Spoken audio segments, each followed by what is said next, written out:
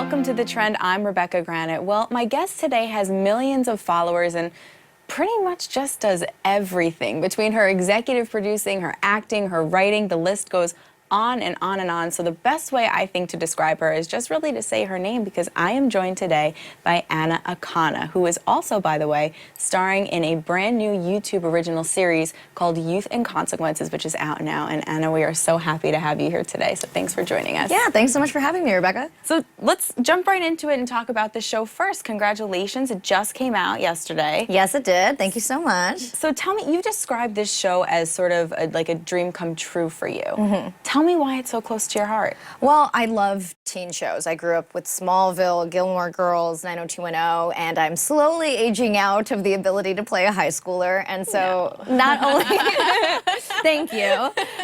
So not only is it great to finally get to, be the lead of a teen show, but our show comments a lot on like social issues and political issues and has really strong messages that I believe in. So it felt like the best of both worlds. So tell me about some of those messages, things that you felt strongly about or excited to bring to the screen. Yeah, one of our storylines is about a transgender kid who's being outed against his will and also dealing with the bathroom laws that were going into effect. One of the things that Jason Ubaldi, the creator and writer, and myself wanted to do was really use the show to comment on current headlines and make a strong political statement about what's going on today. And I have my own YouTube channel where I talk a lot about issues that I'm passionate about, but with certain issues, I don't feel like I'm a voice of authority on them since I'm not a part of the LGBTQ+ community. But with a show that's narrative and scripted and utilizes fictional characters, I feel like this is a way for me to really talk about something that I'm passionate about in a different way.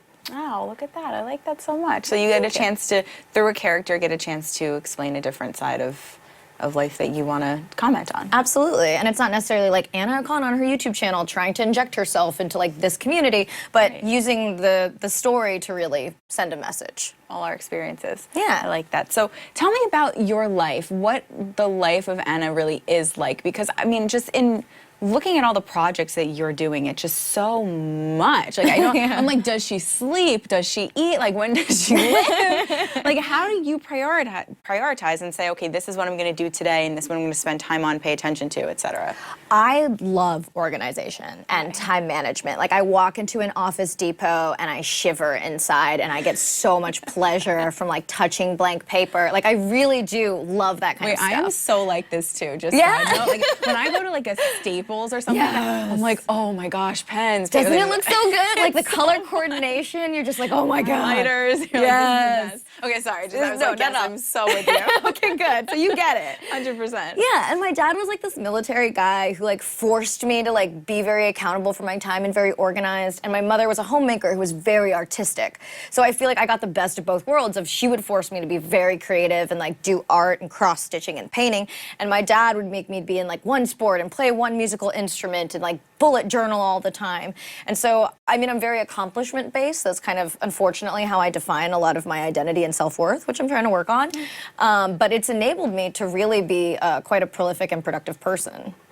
You host, speaking of which, you host a podcast called Explain Things to Me. So I'm wondering if you could explain to me what one of your favorite interviews was, because I know you have so many different guests on. I mean, they're all over the place. So what was one that maybe surprised you, or you're like, wow, that was so cool, I can't believe we got to talk about that, or something like that? It was actually the very first episode we got to do with mortician Caitlin Doty.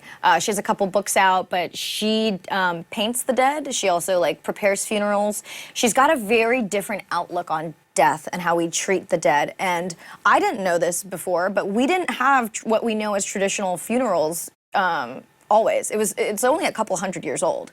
And the funeral business is a for-profit business that has been created. So before, your loved one would die and you would just leave them in your house for like a week or so until they started to decompose, so you could hang out with them. You'd have a funeral there, people would come visit, say their goodbyes, and then you just buried them in your backyard.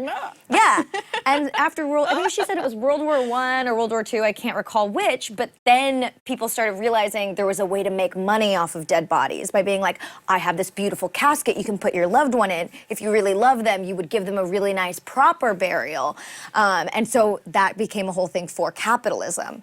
Yeah, I thought that was so fascinating. It's like, and this is a little bit morbid, but I've actually thought that from time to time where I was like, it's sad to think that you have to spend money on something when you're in such a sad place, when something's going on. So I totally get that. Yeah. Like, that's so interesting. And the way she wants to be buried, which is illegal right now, is called a sky burial. She wants her body to just be tossed in the woods so animals can eat her because she wants to give back to the earth. Because that's another problem with these caskets is you're degrading in a casket so your nutrients aren't going back into the soil. And she thinks it's absolutely ridiculous. And I was like, I would love a sky burial. I want like foxes to eat my rotting body, you know? Like, I think that's really cool. So when I woke up this morning, that's not where I thought the interview was going to go, but I'm so excited that it did because I just learned something very fun about it. Yeah. I was like thinking about where you're going to go at the end. Like I mean, I've never heard that before, so that is original. Yes. That's for sure. Thank you. I mean, I have 5 cats, so I'm always like, if I die, like, I hope my cats will like survive for a while, but like eating me. Okay, well that's good. Okay, so just giving back in every way possible to your cats. Yeah. Very, very philanthropic of you. I really like it. So, I mean, we're just saying congratulations. So I'm going to keep on that train. I mean, there's so much to talk to you about, so I'm just going to keep going. Go. But I want to talk to you about the Comedy Central show that you're on right now. It's called Corporate, and it's renewed for a 2nd season. Yes. So congratulations on that. Thank you. Tell me what it's like being on set with everybody and working on that type of a show. It's sort of more television-based, less social media. Well, the creators are Jake Wiseman and Matt Ingebrigtsen, who are actually my friends. So it's kind of amazing. They've been I met them through stand-up. I started stand-up when I was 19, and it's been amazing to see them finally succeed. They're 2 of the most hilarious comedians. Jake is so nihilistic and like kind of his character on Corporate, and Matt is also his character where he's like that lovable loser kind of schmucky guy, but you like love him because he's so sweet and pathetic in a way. And it's an amazing thing to be a part of a show where the writing is so funny, and it comments on the soulless corporate life that sometimes we all feel like we're doing this for, you know? Because even when you love what you do, sometimes you're like, oh man, what am I doing this for? I'm gonna die. Everyone I love is gonna die. Like, do I really need to spend one more day in an office or at this place? And I'm gonna get eaten by foxes and cats. Exactly. Like, it's gonna be awful. That'll be my sweet release.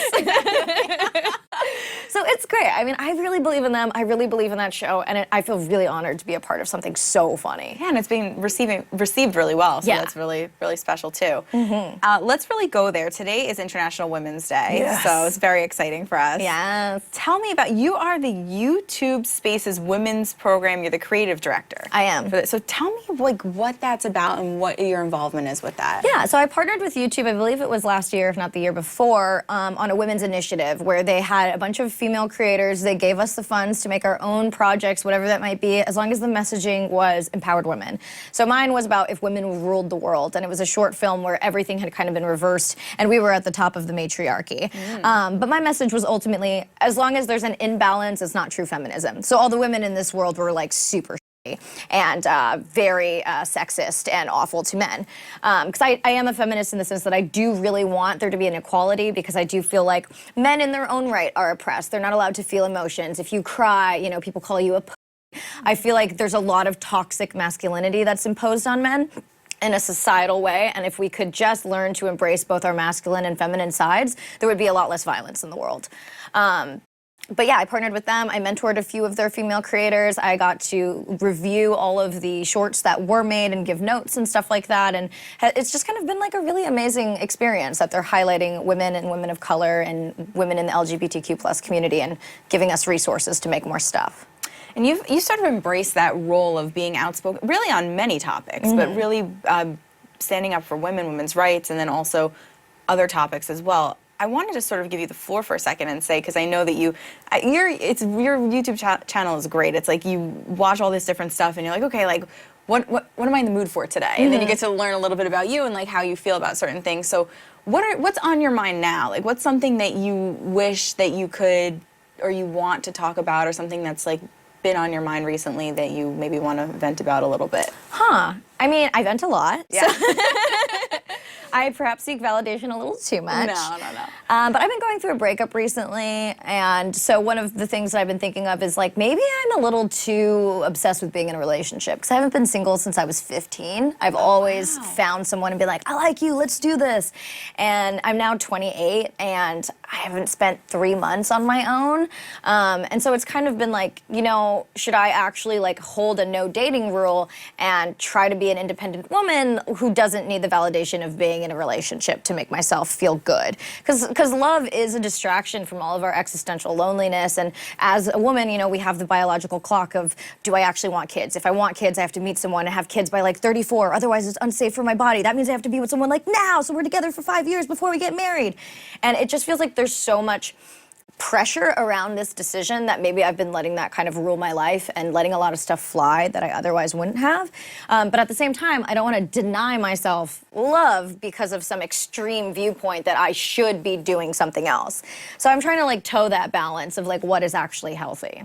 Oh my gosh, I feel like we need to just grab coffee and like talk. This is so great. Yeah. I'm like, yes, tell me more. Like, no, I think it's so brave too that you're so open and honest with everyone. I love that. It's thank you. It's really special. I want to also just mention one more thing before we get into the 10 for 10, that you were recently named by The Hollywood Reporter as one of the 15 digital disruptors, someone who's crossing over from the digital side to like maybe potentially like TV or, you know, which you are in with Comedy Central. But I wanted to ask you if you see it as a disruption.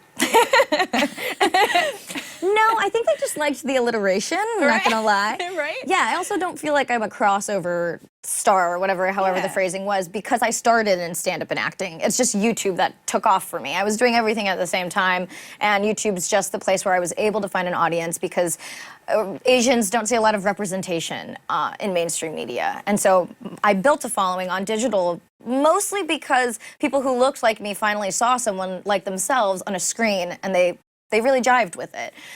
Whenever I've done live events, the crowd is 90% Asian. And so I've really embraced like, oh wow, these are the people who watch me, these are the people who show up to support. I don't know if anything is really disruptive because digital and traditional have been merging for quite some time now. I mean, I don't have a TV that I really use. I watch stuff on my computer, I watch stuff on my phone if I'm eating lunch downstairs. Like, I just feel like a screen is a screen, and we're getting to a point where digital now has traditional money, so those lines don't even make sense anymore. It's all getting blurred eventually, yes. Okay, 10 for 10 time. 10 for 10 time. 10 questions, 10 seconds for each. Here we go. Warm weather or cold weather vacation? Warm. Giving you a choice on this one. A hashtag goals or a hashtag regrets moment you've had recently? Goals. Okay, I have to say. I thought, like, which one do I like? One of my goals is to release my album by the end of the year. Oh my goodness. Okay, we'll have to talk. Okay, that's pretty cool. That's awesome. Thank you. Favorite Snapchat filter, Anna? I don't use Snapchat since Instagram got stories, but I heard they have a really cool, like, VCR-looking filter that I think is pretty rad. Yes. Biggest disaster date? I had a one-night stand, and then I became obsessed with him, and I would not leave him alone. Is that a disaster date for him or a disaster date for you? Yeah, disaster for both of us. Let's be real. Okay, this is another one that's your choice. Yeah. Either a role model of yours or someone who's inspiring you right now.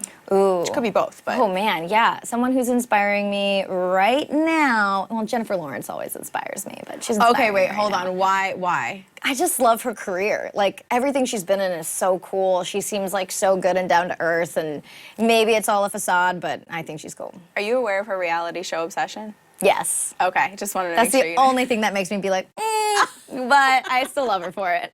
I know, I'm kind of like a reality show junkie, so nice. it amuses me a lot that she's into it. Okay, what's a show you're loving to binge watch right now? Oh, Besides My Own? Right, Besides Your Own. Besides My Own, Youth and Consequences, that's out now on YouTube, Brad. There you go. Thank you. I'm actually binging Schitt's Creek right now. I love Schitt's Creek. Yeah. It's so good. You keep saying all the things that I like. Oh, From like yay. Staples and home, home It's office so places silly. and Schitt's Creek, it's great. It's a great show. Okay, of all your endeavors, what stands out to you as your favorite thing to do? Like if you get to choose one thing amongst all the things you've done. Oh, wow. I guess acting. Okay. I really love being another person. Celebrity crush.